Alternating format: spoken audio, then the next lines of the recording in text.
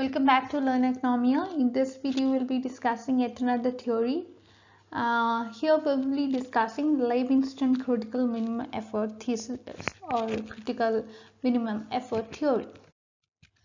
So to start with, we can see that according to Leibenstein, the overpopulated and underdeveloped economies are characterized by what we call as vicious circle of poverty, and these economies mainly have low per capita income. And in the critical minimum effort thesis of Leibenstein, he has actually attempted to provide a solution to this kind of economic problem of vicious circle of poverty, which is created by low per capita income.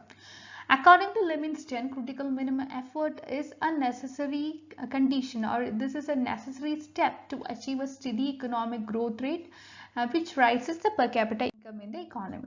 And the main idea of this particular theory is that economic growth in underdeveloped economies or overpopulated countries is not possible unless we create a certain certain minimum level of investment.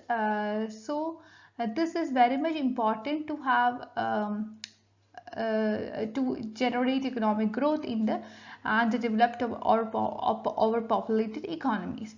So this minimum level of investment is called as the critical minimum effort by Leibenstein. As per Leibenstein, a sufficiently large minimum effort is very much necessary at the very outset if the necessary minimum growth rate is to be achieved. It is necessary for the sustained economic growth of underdeveloped economies that a certain minimum sum of money is invested. So Leibenstein, he has further added by saying that in order to achieve the transition from the state of backwardness to move to a developed kind of state where we can expect a steady secular growth, it is very much necessary, though not always sufficient condition, that at the same point during the same period the economy should receive a stimulus to growth that is necessary than a certain critical minimum size. And while discussing the theory put forward by Leibenstein, it is very much important to understand the difference between shocks and stimuli. So, according to Leibenstein, every economy is under the influence of two different forces, shocks and stimulants. Shocks are actually those forces which reduce the level of output, income, employment, investment, etc. So, in other words, you can see that the shocks dampen and depress development process, and shocks depress development forces which reverse the wheel of development. On the other hand, you can see that stimulants, these refer to those forces which would raise the level of output, income, employment, investment, etc. In other words, these are those forces that impress and encourage the development forces. These are known as income generating forces which would lubricate the wheel of development, and stimulants have a capacity to raise the per capita income above the equilibrium level in the economy. And in the long run, you could see that this long run economic development that does not take place in the backward or underdeveloped or developing economies, as the magnitude of stimulants in those countries is quite small. So it is just because the stimulants in these countries are small, these countries are not able to equip by itself to go for a high growth rate. A country is said to be underdeveloped or developing or overpopulated if the impact of shocks is stronger than the impact of stimulants. So overpopulation, everything is considered to be shocks which would depress the development process of a particular economy. So a country on the other hand is said to be developed if the impact of shocks is weaker than that of the stimulants. As per Leibenstein, the underdeveloped economies are under the influence of shocks and stimulants, and in the long run the magnitude of shocks and stimulants is so small and there is no process of development. Thus the efforts to escape from this economic backwardness, spontaneous force, are below the critical minimum effort required for persistent growth. In order to break the vicious circle of poverty or vicious circle of backwardness and other imperfections in the underdeveloped economies, these economies might go for a critical minimum effort that is sufficient enough in magnitude to move the economy on the path of development. If you look at the diagrammatic representations, this diagram actually illustrates the critical minimum effort that is required in order to help the economy come out of the state of the vicious circle of poverty or vicious circle of backwardness. In the diagram, you can see that the outcome of the struggle between stimulants and shocks, and also this enables to find out stimulants of sufficient magnitude. And if you look at the figure, you will be able to understand all these things. First of all, let's understand what is measured in x-axis and what is measured in y-axis. OX or x-axis in the diagram actually represents the per capita income and the induced income growth. On the other hand, the y-axis or OY-axis indicates the per capita income and induced income declines.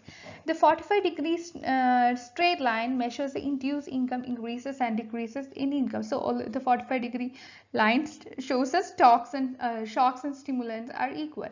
P is a curve which represents stimulants and Z is a curve which represents shocks.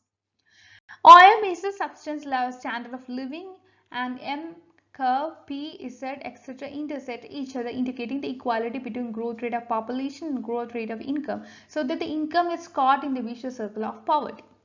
And if the income level is raised from OP to OC, what happens is that this is actually in accordance with the critical minimum effort. The rising population will neutralize the increased income. The system will once again hang on the substance level of living, shocks being more powerful than stimulants here.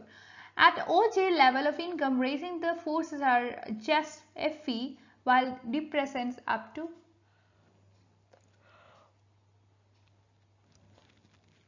GM. And this will bring the income level down to M again, which is just the substance level. And the solution to this particular problem for the rise in the level of national income where stimulants are stronger than that of shocks, so that the growth in the income becomes self-sustaining. As per so here, if the per capita income is rise beyond OD in the economy, this will be pulled out. This will help the economy to come out of the state of vicious circle of poverty, and thereby growth in income becomes self-sustaining beyond point D. The per capita income has been shown here by arrows. So let's understand the role of attitudes, motivations and incentives here. So as per Leibenstein, the generation of stimulants depends upon the attitudes and motivation of the people and incentives given to them. However, the motivation and incentives are useless without the main factors of economic development. The main factors of economic development are the entrepreneurs, the investors, the discoverers, the innovators, and those who can accumulate and utilize wealth, and those who can accumulate skills and spread knowledge. There is no doubt that the activities of such persons are endless, but we are here to study only those activities which are often in a position to generate stimulants and promote economic growth. It requires continuous efforts of various agencies which are necessary for economic development. It requires special type of human response to attitude, motivations, incentives which are created by economic and social environment. So, in underdeveloped economies, certain influences are there which work against a positive change or depress their per capita income, and these are the zero-sum entrepreneurial activities directed towards the maintenance of present economic privilege, the conservative attitude of both the organized and unorganized workers, the attraction of traditional ideas and resistance to the new ideas and knowledge, the increase in the non-productive consumption expenditure that would otherwise be used in capital accumulation, greater population growth, other things being equal, that reduces the amount of capital available per worker, and high capital output ratio. As per Leibenstein, these influences can overcome by a sufficiently large critical minimum effort which would stimulate the positive sum incentives which counteract the zero-sum activities, and thus it would restore a rapid economic growth rate in the underdeveloped economies. As a result of this, per capita income would rise, and this tend to increase the level of saving and investment in the economy. So that's all for today. Thank you for watching this video. Please like, share and subscribe this channel for more videos. Thank you once again. I'll be back with yet another video very soon.